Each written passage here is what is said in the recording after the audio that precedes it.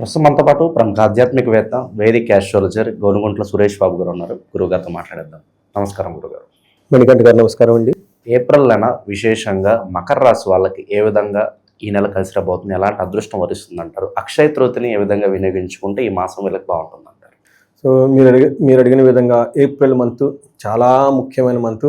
ఇందులో వెరీ ఇంట్రెస్టింగ్గా సగం మంత్ ఏమో చైత్ర మాసం, సగం మంత్ వైశాఖ మాసం ఉంది.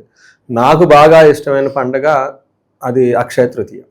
అది పర్సనల్గా కానివ్వండి, నేను చేసే పూజలకు సంబంధించి కానివ్వండి, చాలా చాలా ముఖ్యమైనది అనమాట. ఈవెన్ జ్యోతిష శాస్త్రం ప్రకారంగా 4 ముఖ్యమైన పర్వదినాలు ఇది ఒక ముఖ్య దినం అనమాట. అందులో రెండోది అక్షయ తృతీయ అని మనకు చెప్తూ ఉంటారు.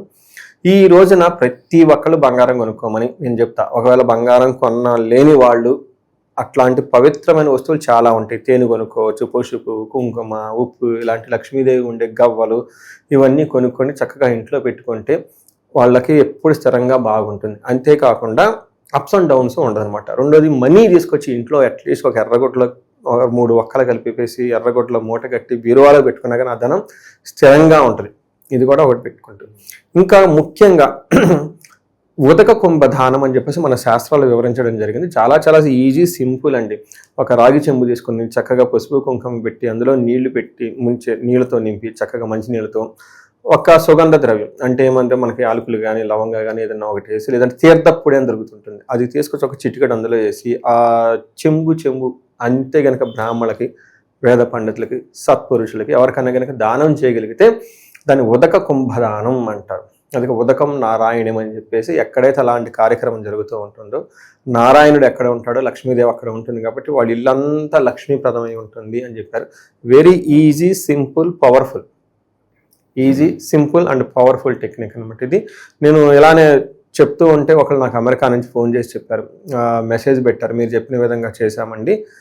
వాళ్ళకి ఉదక కుంభదానం చిమ్మంత కష్టం అండి. కొంతమంది వాటర్ బాటిల్స్ ఉంటాయి, బ్రాండెడ్ వాటర్ బాటిల్స్, అవి ఇచ్చేసేసేయండి ఏదో ఒకటి. ఎందుకంటే ఈ రోజుల్లో నీళ్ళు అలా వస్తే తీసుకోరు, ఎక్కడ ఏ నీళ్ళు తీసుకొచ్చారో బాధపడుతూ ఉంటారు. అందుకని శుభ్రంగా బ్రాండెడ్ వాటర్ బాటిల్ ఏదైనా తీసుకొని వాళ్ళకి ఇచ్చేసారు, కాన్ఫిడెన్స్ ఉంటుంది వాళ్ళు కూడా. ఉదక కుంభదానం చేసినట్లే, అది కూడా కుంభమే కదా, పట్టుకుని ఉంటే పాత్ర పెద్దాన్ని కుంభమే అని అంటూ ఉంటారనమాట. అవన్నీ అలాంటి పనులు చేసుకొని చక్కగా ఉండాలని చెప్పేసి మనం కోరుకుందాం. మకర రాశి చూసుకుంటే ఇందులో ఫస్ట్ నాకు ఇది వీళ్ళకి ఒక మంచి టైం నడుస్తుందని మనం చాలాసార్లు చెప్పుకుంటూ ఉన్నాము. అందులో భాగంగా ఏప్రిల్ మంత్ కూడా వీళ్ళకి చాలా బాగుంటుంది. ఏ విధంగా బాగుంటుంది? 4 గ్రహాలు మారుతూ ఉండటంతో 4 గ్రహాలు దాదాపు అన్ని గ్రహాలు వీళ్ళకి బాగున్నాయి అని చెప్పుకోవచ్చు. 5వ స్థానంలో వీళ్ళకి శుక్రుడు ఉన్నారు. శుక్రుడు ఎప్పుడైతే ఉంటూ ఉన్నారో ఇది వీళ్ళకి మహాభాగ్య యోగం అంటారు. ఏ ప్రకారంగా అంటే దాసీ జన భృత్య లాభ ధన ధాన్య అభీష్టార్థ సిద్ధి అంటారు. అంటే వీళ్ళ కింద పనిచేస్తున్న ఎంప్లాయీస్, సర్వెంట్స్ వీళ్ళకి బాగా మంచి సపోర్ట్ ఇస్తూ ఉంటారు. ధనం విషయంలో, ధాన్యం విషయంలో చాలా చక్కగా బాగుంటుందని గమనించాలి. ఈ అన్ని గ్రహాలు ఒక బుధుడి విషయంలో మాత్రం కొంచెం ఇచ్చిపుచ్చుకునే దగ్గర కొంచెం మొహమాటము, కొంచెము ఏమంటారు గట్టిగా అడిగి తీసుకొని వీళ్ళకి కొంచెం ఏమంటారు మనోభిష్టాలు దెబ్బతినే అవకాశం ఉంటుంది. కాబట్టి కొంచెం జాగ్రత్తగా డీల్ చేసుకోవాలని చెప్తాను. అలానే కుజుని వల్ల మళ్ళీ ధన ప్రవాహం ఉంటుంది. శుక్రుడు 3వ స్థానంలో ఉండటంతో పొజిషన్లోను, సర్వెంట్లోను, ఎంప్లాయ్మెంట్లోను ఒక నెక్స్ట్ లెవెల్కి వీళ్ళకి కెరీర్ వెళ్ళిపోయే అవకాశం ఎక్కువగా ఉంటుంది. శుక్రుని వల్ల పుత్రలబ్ధి అని చెప్తూ ఉంటారు అనమాట. సో ఏ ప్రకారంగా చూసుకున్నా కానీ వీళ్ళకి బాగుంటుంది. తర్వాత వీళ్ళకి కొంచెం శత్రువులు ఉండేసి వీళ్ళకి ఛాలెంజింగ్గా ఉండే అవకాశం కూడా ఎక్కువగా ఉంటుందని గమనించుకోవాలి. బట్ ఓవరాల్గా ఈ రాశి వాళ్ళు ఈ టైంలో రియల్ ఎస్టేట్ చేసిన, బంగారం కొన్నా, స్థిరంగా ఉండేదన్నా, వెండి, జ్యువెలరీ ఇవన్నీ కొనుక్కునే అవకాశం ఎక్కువగా ఉంటుంది. అందులో అక్షయ తృతీయగా ఉంది కాబట్టి అండి కొంచెం ప్లాన్డ్గా ఏదైనా కొనుక్కుంటే ఇంకా బాగుండే అవసరం ఉంటుంది. ముఖ్యంగా సూర్యుడు వీళ్ళకి 3వ స్థానంలో ఉండటంతో ఏ పని ధన ప్రవాహం చాలా బాగుంటుందని తెలుసుకోవచ్చు. అయితే 4వ స్థానంలోకి మారటంతో అవమానం జరిగే వాళ్ళు ఎక్కువగా ఉంటారు వీళ్ళకి అని చెప్పుకోవచ్చు. బట్ ప్రొఫెషనల్ మ్యాటర్స్లో చాలా బాగుంటుంది. ఇందులో ముఖ్యంగా మనకి ఏం చెప్తారంటే ప్రయాణ కాలే విఘ్నమాపోతి అంటారు సంస్కృతంలో మహర్షులు. అంటే ప్రయాణాలు చేస్తే పెద్దగా కలిసి రావు కాబట్టి జాగ్రత్తగా ఉండాలని చెప్పొచ్చు. అలానే 3వ స్థానంలో కుజుడు. వీళ్ళకి హైలైట్ ఏంటంటే ఈ మకర రాశి వాళ్ళకి వచ్చే 45 డేస్ 3వ స్థానంలో కుజుడు ఉండటం వల్ల చాలా చాలా విశిష్టత కలిగి ఉంటుంది. చాలా ధైర్యంగా, సాహసంగా, వీళ్ళ కాన్ఫిడెన్స్ లెవెల్ చాలా ఎక్కువ ఉంటాయి ఆ టైంలో. ఏం చేస్తారు? వస్త్రలాభం, ఆరోగ్యం, ఇష్టసిద్ధి, సుఖావహ అంటారు. అంటే ఇష్టమైన పనులు చేసుకునే అవకాశం ఉంటూ సుఖంగా ఉంటారు అని చెప్తున్నాడు. అంతేకాకుండా ధన ప్రాప్తి, విశేషంగా ధనం కూడా వచ్చే అవకాశం ఎక్కువగా ఉంటుంది. ఓవరాల్గా కుజుడు వీళ్ళకి గేమ్ చేంజర్. మకర రాశి వాళ్ళకి చాలా చక్కగా సపోర్ట్ ఇస్తూ ఉన్నారని చెప్పుకోవచ్చు. ఈ రాశిలో ఏ నక్షత్రాలు ఉంటారు, వాళ్ళకి ఎలా ఉండబోతుంది గురువు? వీళ్ళకి ఉత్తరాషాఢ, శ్రవణ, ధనిష్ట నక్షత్రాలు చాలా 3 నక్షత్రాలు పవర్ఫుల్ నక్షత్రం. అందులో ఉత్తరాషాఢ నక్షత్రం వాళ్ళకి జయప్రదంగా ఉంటుంది, ధనలాభం ఉంటుంది. సో ఒక్క విషయంలో జాగ్రత్తగా ఉండాలి. వీళ్ళకి భయపడే అవకాశం ఎక్కువ ఉంటుంది. కొంచెం జాగ్రత్తగా అనవసరమైన భయకానికి పడకుండా జాగ్రత్తగా ఉంటే సరిపోతుంది. శ్రవణం నక్షత్రం వాళ్ళకి జయప్రదంగా ఉంటుంది, ధనలాభం ఉంటుంది. బంధనము, కలహము అని చెప్తారు. బంధించబడినట్లుండే సిచ్యువేషన్, కలహం, గొడవలయ్యే అవకాశం ఎక్కువ ఉంటుంది. అలాంటి ధనిష్ట నక్షత్రం వాళ్ళకి ఐశ్వర్యవంతంగా ఉంటుంది, జయప్రదంగా ఉంటుంది, ధనలాభం ఉంటుంది. వీళ్ళకి గొడవలయ్యే అవకాశం ఉంటుంది. ఇవి కూడా పర్టికులర్గా కుజుని వల్ల అని చెప్పుకోవచ్చు. ఇది కొంచెం చిన్న చిన్న రెమెడీస్ చేసుకుంటే చక్కగా అంతా బాగుంటుంది. ఉత్తరాషాఢ నక్షత్రం వాళ్ళకి, శ్రవణం వాళ్ళకి కొంచెం జాగ్రత్తగా రాంగ్ డెసిషన్ తీసుకునే అవకాశం ఎక్కువగా ఉంది. ఏదైనా ఇంపార్టెంట్ డీలింగ్స్ ఉంటే పెద్దవాళ్ళని మధ్యలో పెట్టుకొని, లేదంటే మధ్యవర్తులను పెట్టుకొని, లేదంటే మీడియేటర్స్ని పెట్టుకొని వాళ్ళ ద్వారా వితౌట్ ప్రిజడిస్, ఎలాంటి ఏమంటారు మోహభావాలకు లొంగకుండా చక్కగా డీల్ చేసుకుంటే ఒక మంచి డీల్ చేసే అవకాశం ఉంది. లేదా రాంగ్ డెసిషన్ తీసుకునే అవకాశం ఉందండి. ఇక విశేషంగా ఎలాంటి పరిహారాలు చేసుకుంటే ఈ మాసం వీళ్ళకి స్మూత్గా ఇలాగే సాఫీగా వెళ్ళిపోతుంది?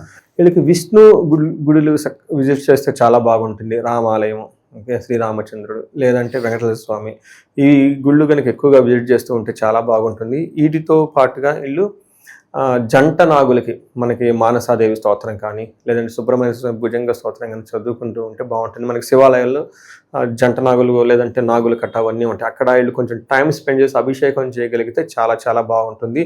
ఈ గొడవలు ఏమన్నా ఉంటే ఆ గొడవలన్నీ పోతాయి అన్నమాట.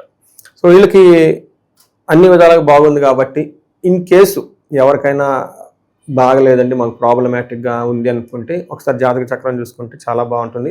పర్టికులర్గా మీ వయసు 35 to 45 మధ్యలో ఉండి లైక్ అక్కడ స్ట్రక్ అయ్యింది అని మీకు అనిపించేస్తే ఒకసారి కన్సల్టేషన్ తీసుకోవడం చాలా చాలా ఇంపార్టెంట్. నేను చాలా ఇంటర్వ్యూలో చెప్పడం, నాది కూడా మకర రాశి అనగానే చాలామంది మకర రాశి వాళ్ళు అప్రోచ్ అవ్వడం జరుగుతుంది. ఇప్పటిదాకా లాస్ట్ 3 months నుంచి ఎక్స్క్లూజివ్ స్టడీ చేసిన తర్వాత నాకు వచ్చిన వాటిలో మేజర్గా వీళ్ళు ఏలినాటి శని అయిపోయినా కానీ ఇంకా ఎందుకు ప్రాబ్లమ్స్లో ఉన్నారని నా రీసెర్చ్లో నాకు వచ్చిన క్లయింట్ని వాళ్ళని స్టడీ చేస్తే నాకు తెలిసింది ఏంటంటే, ఫస్ట్ వీళ్ళకి కాలసర్పదోషం ఉన్నవాళ్ళు, జన్మతః కాలసర్పదోషం వాళ్ళు ఉన్నారు, ఇలాంటి వాళ్ళు ఒకటి. రెండోది గురువుకి అంతర్దేశ రాహు నడుస్తున్న వాళ్ళకు ఎన్ఆర్ఎల్ చాలామంది కనెక్ట్ అయ్యారు నాకు. అది మంచి కాంబినేషన్ కాదంటే, గురువు అప్పటిదాకా మేనేజర్ పొజిషన్, హై లెవెల్లో ఉన్న వాళ్ళ పొజిషన్, వాళ్ళ స్కిల్స్ అంటే ఆఫ్ అయిపోతుంది అనమాట. ఇది రెండో రీజన్ అవుతుంది. మూడో రీజన్ నాకు వచ్చిన వాళ్ళు శని మహాదశ బిగినింగ్లో ఉన్న వాళ్ళు చాలా ఎక్కువ మంది ఉన్నారు. మీకు శని అంత అనుకో అదేంటంటే ఏలినాటి శని అయిపోతుంది కదా అంటారండి. ఏలినాటి శని వేరు, శని మహాదశ వేరు. ఈ రెండింటికి డిఫరెన్స్ వీళ్ళకి తెలవట్లేదు పాపం.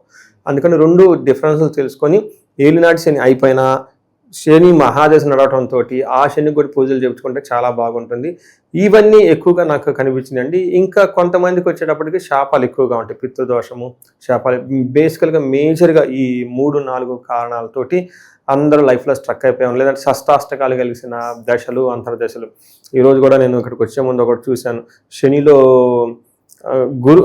గురు అంతర్దశ నడుస్తూ ఉంది. వాళ్ళది అగైన్ ఇద్దరు షష్ట అంటే 8th to 6th ప్లేసుల్లో ఉన్నా కానీ దశలు, అంతర్దశల్లో ఇలాంటి ప్రాబ్లమ్స్ వచ్చేస్తూ ఉంటాయి. కానీ ఒకసారి మీకు తెలిసిపోతూ ఉంటుంది. ఒకవేళ ఇన్ కేసు మనం ఎక్కడో స్ట్రక్ అయిపోయాం అనుకుంటే ఒకసారి జాతక చక్రం చూసుకొని చూపించుకుంటే ఇందాక చెప్పిన ఖచ్చితంగా ఆ కేటగిరీలో దాదాపు వాళ్ళే ఉంటారు. ఇంకా ఏమైనా కనుక ఉంటే దానికి సంబంధించిన పరిష్కారాలు అవన్నీ చేసుకుంటూ ఉంటే, పరిహారాలు చేసుకుంటూ ఉంటే మకర రాశి వాళ్ళకి 10 జీవితంలో ముందుకెళ్ళే అవకాశం ఎక్కువగా ఉంటుందండి. ఓవరాల్గా ఈ రాశి వాళ్ళకి ఈ మాసం ఏ విధంగా ఉండబోతుందో మంచి విశ్లేషణ అందించారు. ధన్యవాదాలు. ధన్యవాదాలండి.